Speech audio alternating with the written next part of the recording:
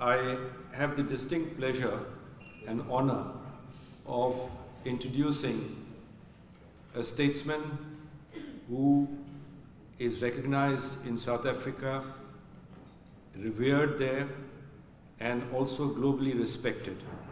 When I say revered in South Africa, if you happen to walk on the streets with Mac, or if you go out in a shopping mall, I would say that almost 7 times out of 10, I'm not exaggerating, people will wave out to him or just want to come and shake hands with him.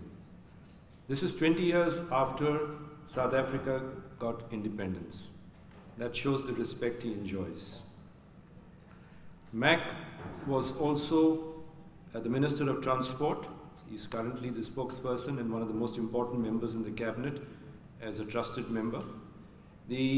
As the Minister of Transport, he was also selected as amongst the top 3 innovative ministers in the world at that time.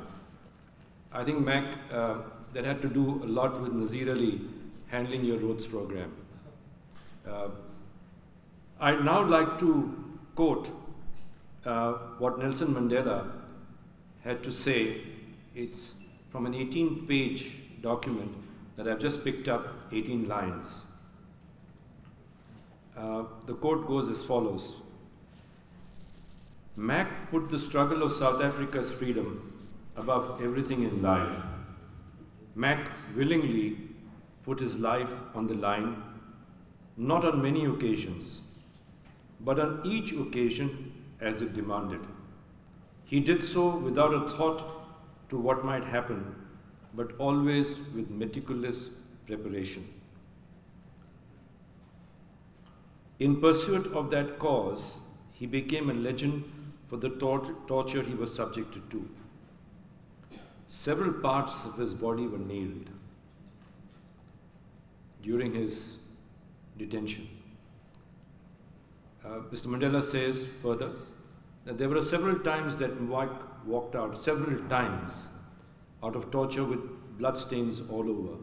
The next morning, he went back to the torture room smiling. No human being could endure such repeated bouts of torture and come out alive. Madiba said further, he attempted to commit suicide on 2 occasions while he was in detention, not out of despair, but out of cold-blooded calculation. Dead men don't talk. With this brief introduction, Mac, I'd like you to share what you took out of this in your own life. Good evening, friends. And first of all, bear with me that I'm nervous tonight. About 10 minutes ago, I went back to the hotel and I was about to enter the lift when Liu came out of the lift. And we went past, we greeted each other, and then he turned around and he said, "You're on tonight, just now." And I said, "Yes, I was trying to escape tonight, but I was caught out." Deepak, let me start by first of all thanking you for having me here and congratulating you on the award that you received today. For me, it's a great thing to hear a friend being honored by the community in which he has been working. What did I take? Let me start by saying history has a terrible way of dealing with human beings. Those who emerge as heroes are usually the ones that get caught. And you get caught because you made mistakes. And then everybody says you're a hero. But all those who have served in the struggle who never got caught are not known. I think I have had a very privileged life. Privileged because I don't think there are many human beings who can say that they've had the opportunity to share the harshest times together with a band of colleagues, share all the pain and the agony, and learn from your mentors how to conduct yourself. I have reached a point where I do not believe that there is a gene in anybody that predicts that you will become a leader. I learned from my mentors in prison that life is full of opportunities, challenges, and choices that you have to make. But it is the consequences, and usually the unintended consequences, that decides whether you rise as a leader. And it depends on how you react to those consequences. Sure. I learned from Mandela, for example,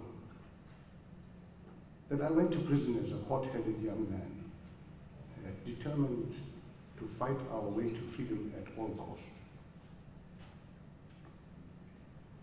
He taught me that every time I lost my temper and got into an argument with the prison warders, I would start off on the right premise, but I would lose my temper and say the wrong thing.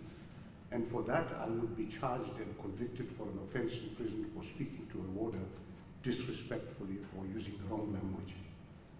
And he told me then, "You are right, Matt, about your arguments." Because I'll say to him, "You mean we must tolerate this nonsense?" And he said, no, don't tolerate it, stand up, fight. But when you speak, count 10, say the right things, he will never be able to charge you because you're taking the right course. I've reached a point now that I count 10, but I don't know whether I'm really angry or whether I'm pretending I'm angry. I also learned that from him, there is something about us as human beings. They can take everything away from you, your clothes, your physical possessions, but the one thing they cannot take from you is your dignity. The only time you can be robbed of your dignity is if you are complicit with those who are trying to rob you. So those are important lessons for me, Deepak. But I have also learned that leadership is not just what you say. We had agitated for permission to go and work outside the quadrangle, where all that we saw for years was just breaking stones in a quadrangle and just seeing a patch of blue sky. Only seeing a blade of grass once in 6 months when you went to see your visitor. We demanded and we went out to the lime quarry to work, and they made us walk to the quarry in rows of 4. We were surrounded by warders all armed and asking us to run. And the whisper went through the column of us to say that Mandela was whispering and saying to us, "Walk slowly." I said to myself, it's all bloody easy for him to tell me to walk slowly, but I don't want that baton landing on my head. But I looked around and I saw Mandela weave his way. He was in the middle of the column, and he slowly went to the front of the column.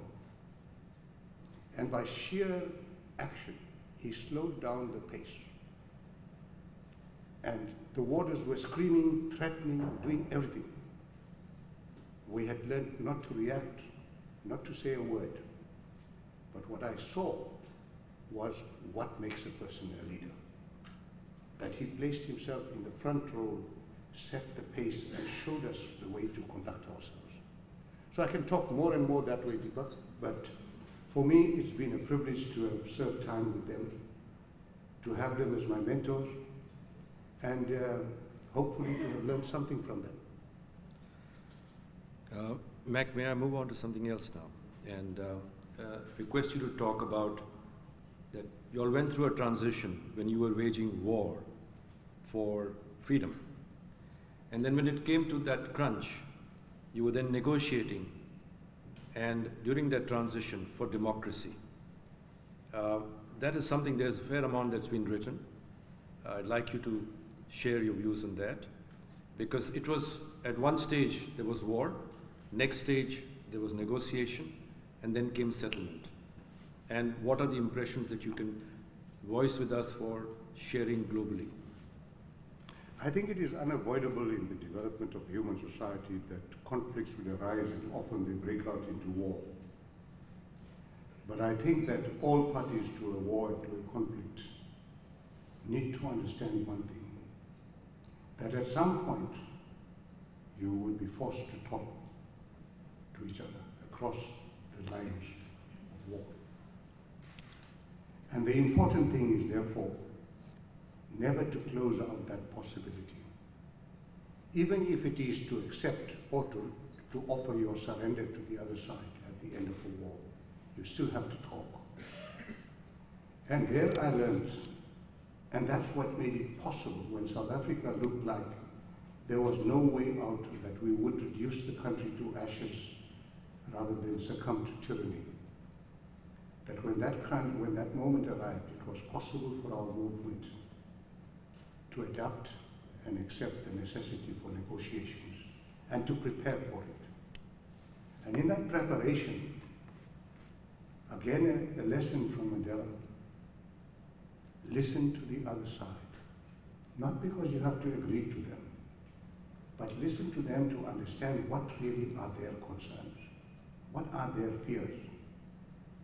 Because until you can concretize those issues, you cannot address the issue. In South Africa, we learned that that white minority that was governing our country for 3.5 centuries was now afraid that it would lose the privileges that it had erected for itself. And therefore we had to offer a bridge by which they could cross over from white minority rule to democracy. We had to offer temporary adjustments so that it would make it possible for them to move forward.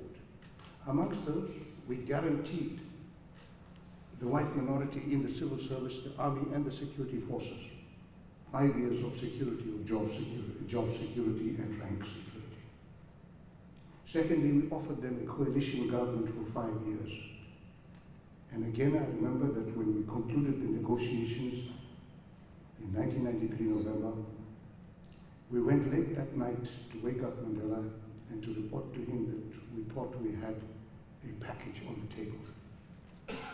And he looked at us and he said, do we get majority rule based on one person, one vote? And he detected a certain hesitance in our voice when we said yes. He said, how long before we get that? So we then confidently said 5 years. And he said, maximum or minimum? And we said, maximum. He said, good, we've got a deal. We then said, President, can we brief you on the details of the agreement? He said, chaps, thank you very much. I trust you, you're my lieutenants. The deal's on, we've got a lot of work to do. We are heading for elections, we're going to have to win it. So let's get back to work. So I think that focus. Why do I put this emphasis? Because I think, Deepak, at the end of the day,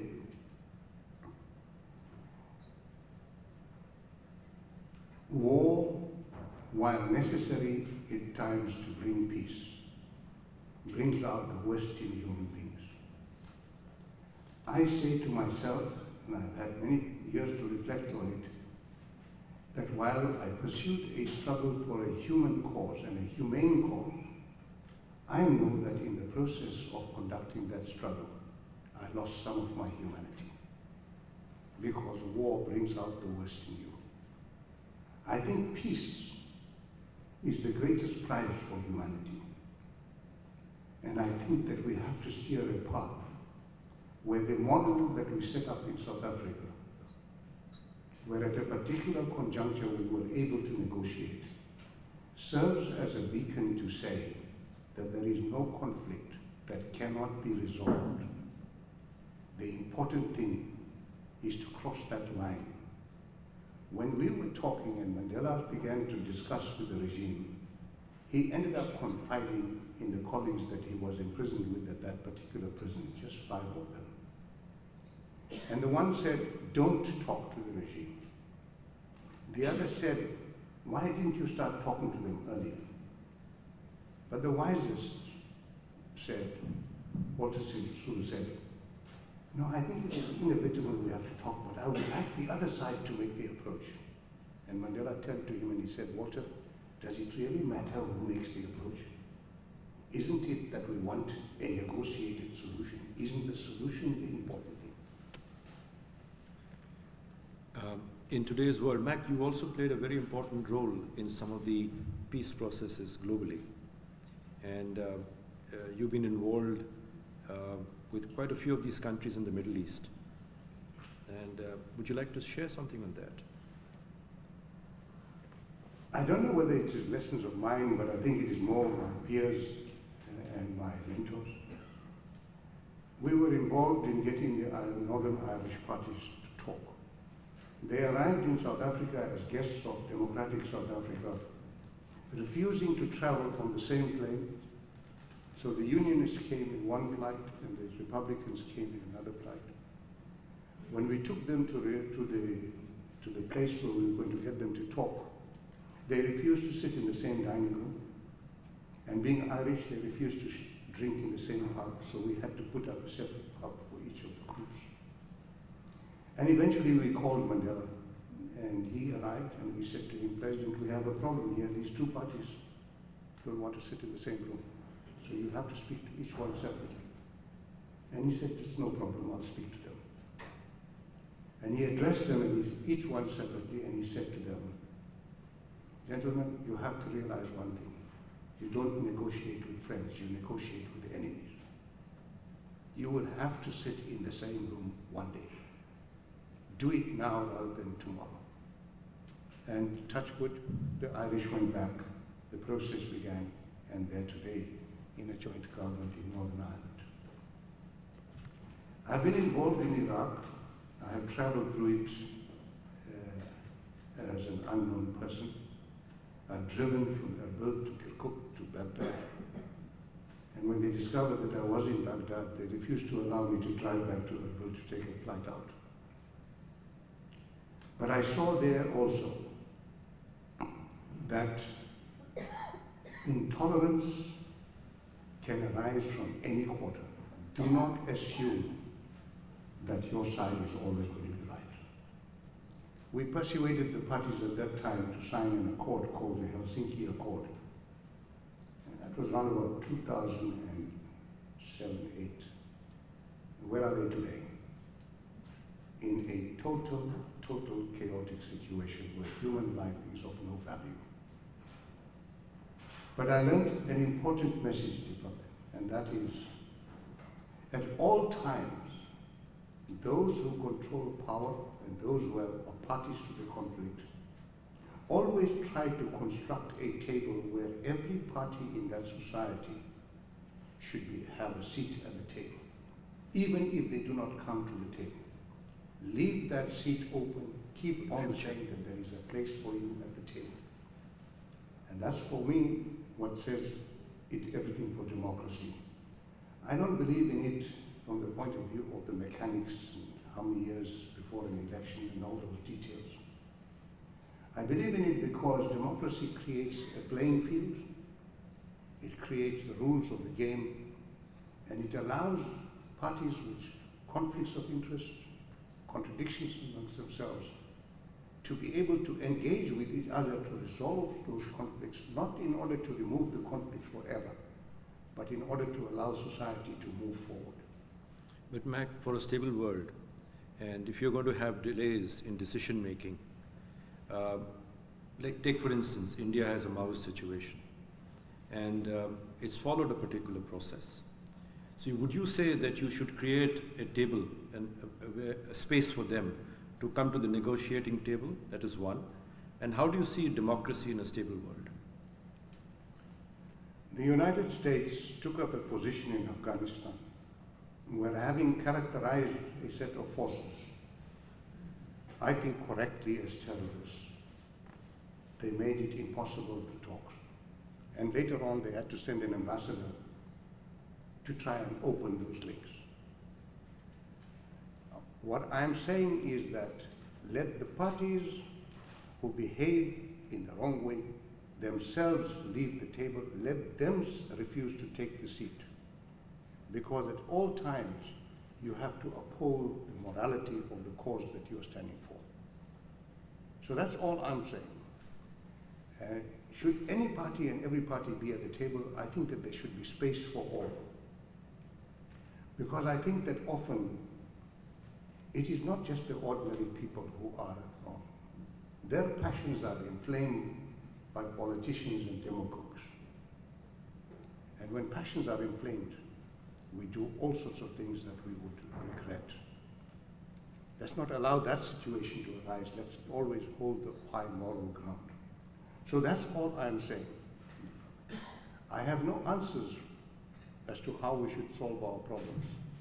But I have one sense that when I said leadership is about challenges, choices, consequences, and how you react to those consequences. What I have learned and the precept by which I have begun to live is that you take, if you're a leader, you take the consequences, you turn it into a challenge, you make it into an opportunity, and you show a way forward. Now, I think that democracy is about that. It creates the space for everybody to re-look at matters as opportunities rather than setbacks only. So in that sense, I share with all of you what I've heard over the last few days, the optimism that today is there amongst you folks from India. I share that, but I share it from a perspective that I think you would not be successful businessmen, and I've listened to you all with awe over the last day, is that you have been successful because you took everything and you turned it into an opportunity. I think Subodh was talking about the global enterprise, and he said it was the globe, but you saw the opportunity. You made it an opportunity, you made it a challenge. That for me is the greatest lesson in everything. It's all I can share, but I feel sorry for my generation. It was easy for us. The choices were between bad and good. I had to either submit to apartheid and live forever under humiliation, or stand up and fight and then suffer and get to prison. But today's world is so different. We're living in a world where the relationships are not just binary. There are many, many relationships. The choices are not just between good and bad. The young generation have to choose between good and good and good. It's terribly confusing. It's like when I came out of prison and went into a grocery shop to buy cheese. I'd gone there knowing only 6 types of cheese. I came out of prison to go into a shop and find there are 250 kinds of cheeses. How do I stand and taste each one to make my decision? This is the world in which the young are living. This is the age in which information is instant. This is the way when something happening in a village in China is known to people in London. But with that overload of information, we're living in a world where we need to realize that knowledge is based on the past. The decisions we make are about the future. And the only bridge we have in this information overload is the wisdom to select from that information what is relevant and what is not.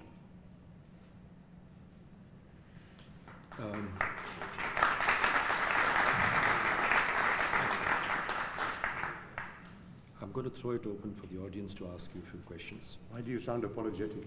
No, not at all. Before that, I haven't finished.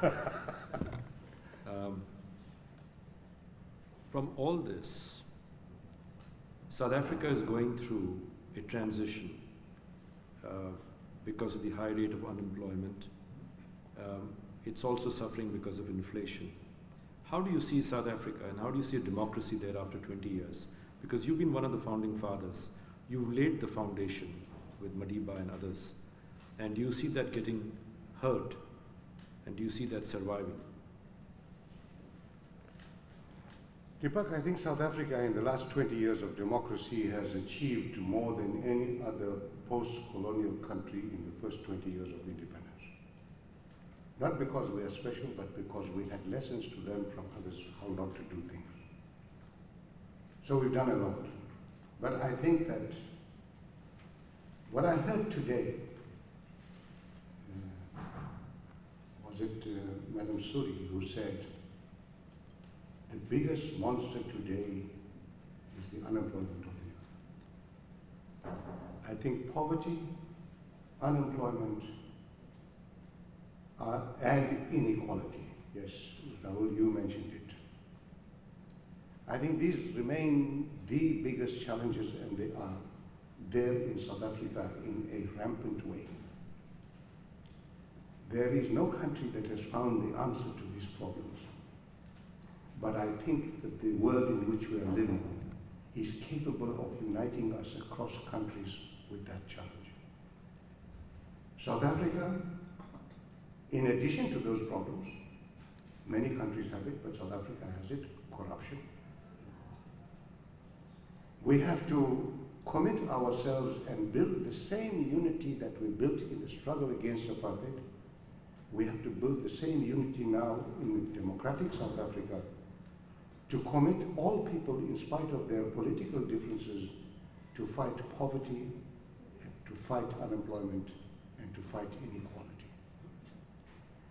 I believe that in 20 years' time, the world will be a better place, because we live in a world where today its productive capacity, in the midst of the poverty and unemployment and inequality, is able to produce enough to feed all of us, to educate all of us, and to give all our children the opportunity in life to become something more than we are today.